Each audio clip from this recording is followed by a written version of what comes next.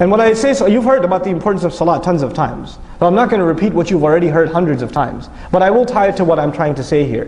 When you have a healthy relationship with the Qur'an, you know how even the most highest professions like physicians or architects or whatever, even they have to go for refresher seminars and reviews, right? You've internalized this really deep, profound thing. Where do you get your review? Salat. Every few hours you stand in front of Allah and you review what message He's given you, the profound words that He's given you and me. So it's an opportunity for us to refresh our faith constantly. It revives us spiritually and intellectually every single time, if we are able to engage in our salat. But if our salat is what it is right now, which is pretty much very good cardiovascular exercise, right? And it's not much more than that for most of us. We don't know what's being recited. We don't know what Allah Azza wa Jalla is saying in the Qur'an. Now this is a tragedy. Because the means by which you can keep Qur'an alive in the community, Allah gave us that mechanism. That institution is salah. When the salah is not connecting you to Qur'an, nothing can connect you to the Qur'an. Because salah is what Allah gave us to connect to the Qur'an. That's what Allah gave us. What can we have in addition that's going to work? So we have the halaqat and the tafasir and things like that, but there needs to be a mass movement of facilitating Arabic education for Muslims across the world, and I'm just saying specifically here in the United States. We should have access to the best form of Arabic education for the purpose of us having a better sound experience in salat. This has to do with us surviving. Because when our salah becomes empty, then the entire deen is gone. Because you know, salah is directly connected to three things. I'll make quick mention of this. The first thing is the state of the ummah, the state of the union, right? The state of the union, Allah's Messenger ﷺ says about the salah, he says, "In saluhat saluhal amru kulluhu." If the salat is good, then the whole thing is good. If salat is good, the whole thing is good. You know, it's an amazing thing to say. It's not just about making wudu properly and facing the right direction, and those are all important peripherals. But what's the heart of the salah? To connect to the word of Allah. To have this deep relationship with, and if that's there, then the ummah is okay. Then they're connected to what they need to be connected to.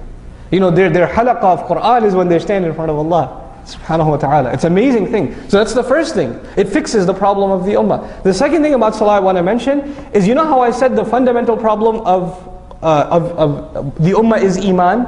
Did I say that? Right? You know, in the Qur'an, Allah uses, when the qibla changed, when the qibla changed, Allah Azza wa Jalla says, وَمَا كَانَ اللَّهُ لِيُضِيعَ إِيمَانَكُمْ. You know, the Jews came to the Muslims and they said, you've been praying you had the wrong GPS address all these years. Your salat didn't count. Because the qibla is this one and you've been praying towards Aqsa. You know, they said all those years got wasted, huh? And Allah says, no, Allah will not waste. He didn't say Allah will not waste your prayers. Allah says Allah is not one to waste your iman. In other words, in the ayah, what iman means is salat. To Allah Azza wa Jal, salat and iman are the same thing.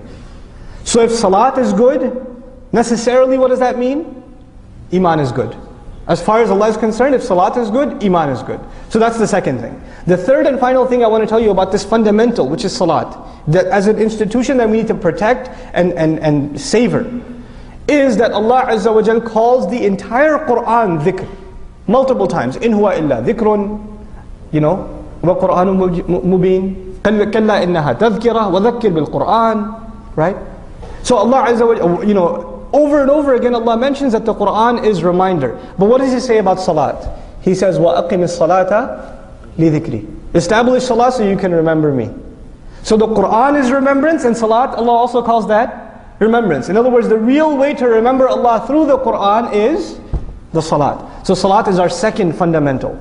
We have to fix it. We have to understand what's being said. And I can't just say this philosophically to you, I have to mention some practical things too. Here's the one practical step, for instance. So the Imam reads Surah Al-Adiyat in Maghrib, right? Even if he doesn't read the whole, one little bit of Adiyat in first rak'ah, a little bit in second rak'ah. It's a short salat. Immediately at the end of salat, you know what we recited today?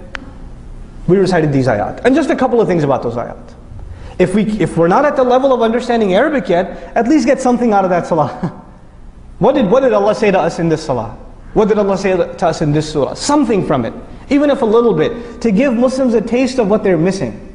If we just had a taste of what we're missing, being motivated to learn this book and to educate ourselves and our families about this book would become easy. Because if you just have a taste of this treasure, you become addicted. It's very easy. You don't have to force someone to want to learn the Qur'an if you've really been able to give them a taste of it. Then the rest of it they can do on their own.